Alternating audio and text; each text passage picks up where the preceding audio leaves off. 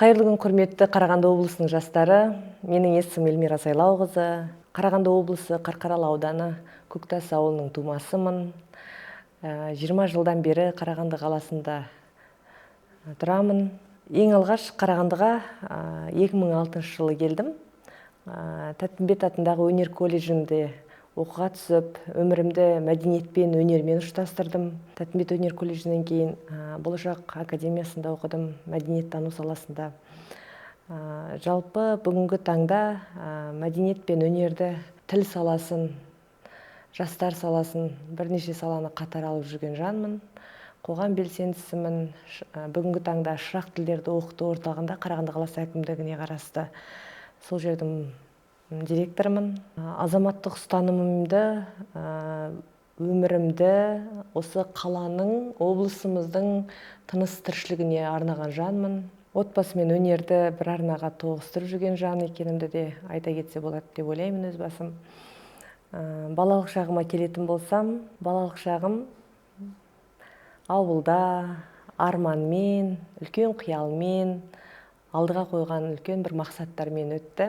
Ең бір сағымға айналған шақ, расымен кейде бір балалық шақта қолымыз жетпей қалған, қатты үлкен бір армандаған дүниелер бүгінгі менің негізімді қалады деп айтсам болады.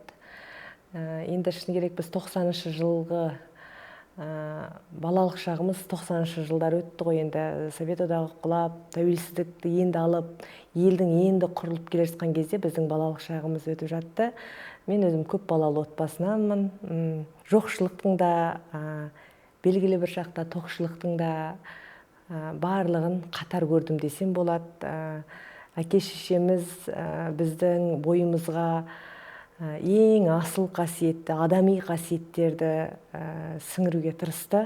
Балалық шағым өте белсенді өтті.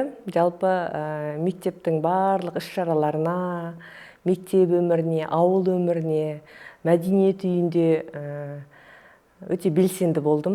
Ұйымдастырушылық қасиетім жоғары болды. Драма үйірмесіне қатыстым. Жалпы ауылдың бір бетке ұстар, белсенді баласы болдым деп ойлаймын өз басым. Ауылыммен бүгінгі таңда байланысым үзілмеген. Әлі де ауыл десе жүрегіміз ерекше соғып тұрады.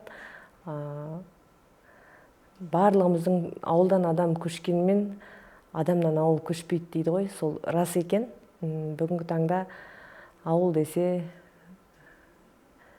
жанымызды беруге дайын жандардың біріміз.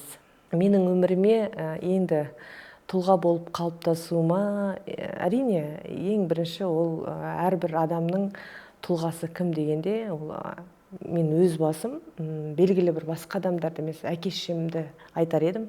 Әрине ол менің әкем ең бірінші тұрғыда, себебі әкемнің бойында далалық, кең далалық бар, даналық та бар. Әкеме қарап бой түзедім. Әкемнің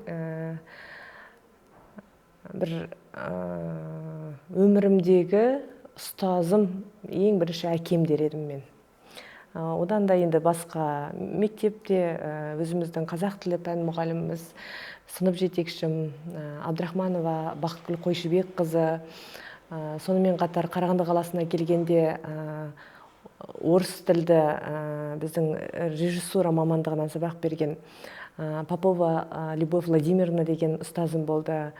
Бүгінгі таңда Сәкен Сейфуллин атындағы қазақ драма театрының актері Бекмұхамед Киікбаев менің ұстазым.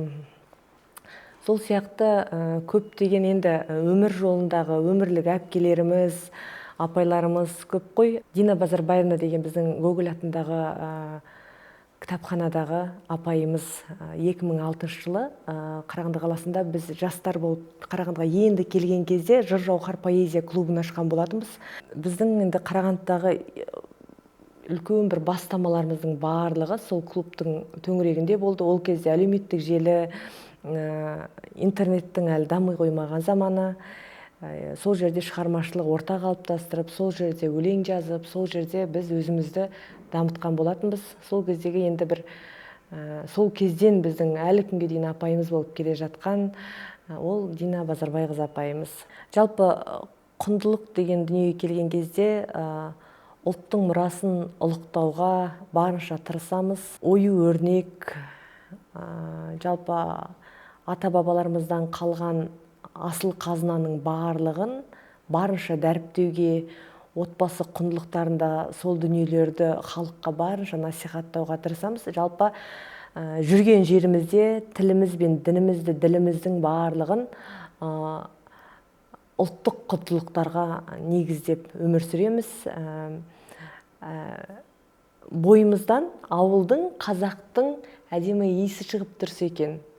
Бізге бір қарағанда жүзімізден мейірім мен махаббат, осы бір ұлтқа деген сүйіспеншілігім көрініс тауып тұрса екен деп өмір сүреміз. Осындай бір құндылықты барынша насихаттаймыз.